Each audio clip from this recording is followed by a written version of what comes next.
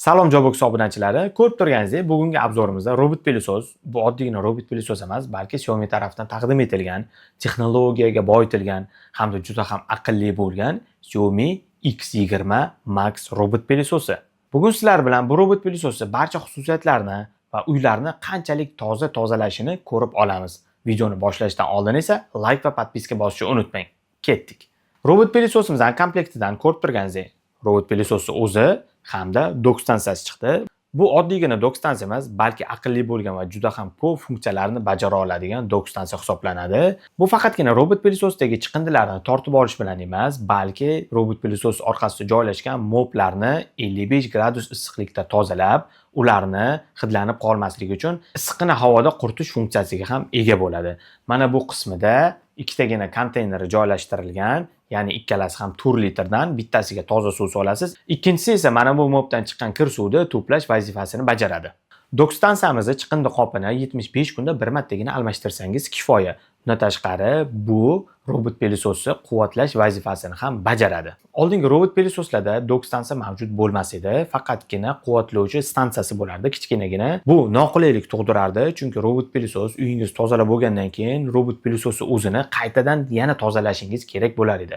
Hozir esa mana dok stansiyalar mavjud. Robot pilisosingiz shunchaki dok stansiyaga keladi, kerakli chiqindilarni tashlaydi va yana uyingizni tozalashni davom ettiradi. Robot pilisosimizning o'zi 8000 paskal tortish kuchiga ega.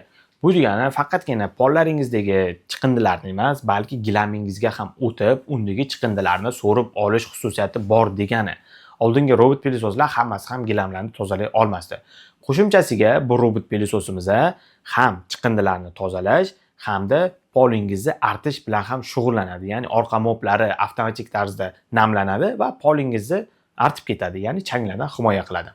Bu robot pilisos juda ham aqlli sensorlarga ega. Ulardan bittasi gilamga yaqinlashganda orqa moblarni ko'tarib oladi va gilamingizni ustini tozalab beradi. Bu nimaga kerak? Orqa moblari gilamingizni shikastlantirib qo'ymasligi uchun kerak bo'ladi.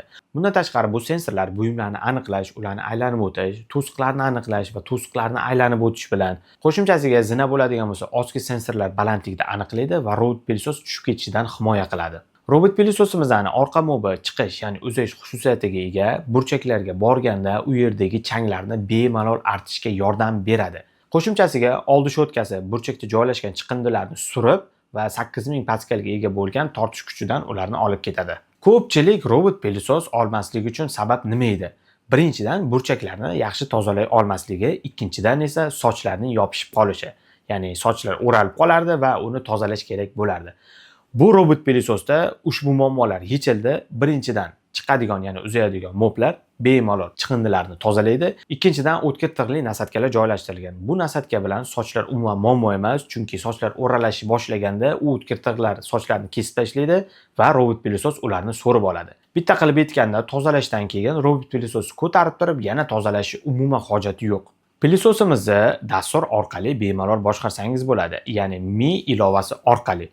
Bemalol pilisosingiz Wi-Fi ga ulab qo'yasiz va masofadan boshqarib o'tirsangiz bo'ladi. Masofadan boshqarish o'zi bizga kerakmi? Albatta kerak. Robot pilososni Wi-Fi ga ulab qo'yasiz. Misol uchun ishdan qaytayotganingizda yoki safardan qaytayotganingizda masofadan turib robot pilososga buyruq berasiz. U kelguningizcha uyingizni sizga top-toza qilib qo'yadi. Ilova orqali boshqarish juda ham qulay va texnologik yechim.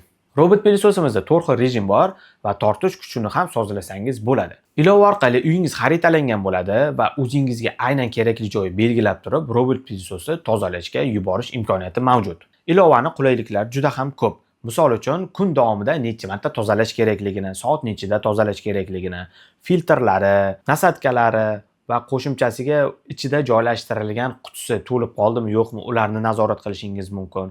Bolalardan himoya qilish rejimlari mavjud. Bitta qilib aytganda, shunchaki telefoningizdan buyruq berasiz va uyingiz bir pasda toza bo'ladi. O'zbek bo'lganimiz uchun katta-katta xonadonlarda yashash bizga juda ham yoqimli va bizning mehmonxonamiz barchasiga qaraganda juda ham katta bo'ladi. Shuning uchun robot pilosos unaqa katta xonalarni tozalash uchun mo'ljallanmagan deb o'ylamang. Bu to'xtovsiz, to'liq akkumulyator bilan 120 daqiqa ishlash xususiyatiga ega. Ya'ni 2 soat ichida bemalol katta-katta xonalaringizni tozalab ham bera oladi. Agarda uyingizni tozalaverib charchagan bo'lsangiz, mana shu robot pылesosni xarid qilishni maslahat beraman. Buni qayerdan topsak bo'ladi deysizmi? Albatta Joybox do'konlarida. Bu yerda siz robot pылесoslarning katta assortimentini ham topa olasiz. Bundan tashqari 24 oylik muddatli to'lov ham mavjud. Xo'sh, robot pылесос bo'yicha meni fikrim. To'g'ri, Xiaomi flagman darajasidagi bizga robot pылесосni taqdim etdi. O'zini o'zi tozalaydi, o'zini o'zi quvvatlaydi. Shunchaki 75 kunda bir marta qarab qo'ysangiz bas. Qo'shimchasiga aqlli sensorlar mavjud, 4 xil tozalash rejimi va tozalash vaqtlarini ham belgilab qo'ysangiz bo'ladi.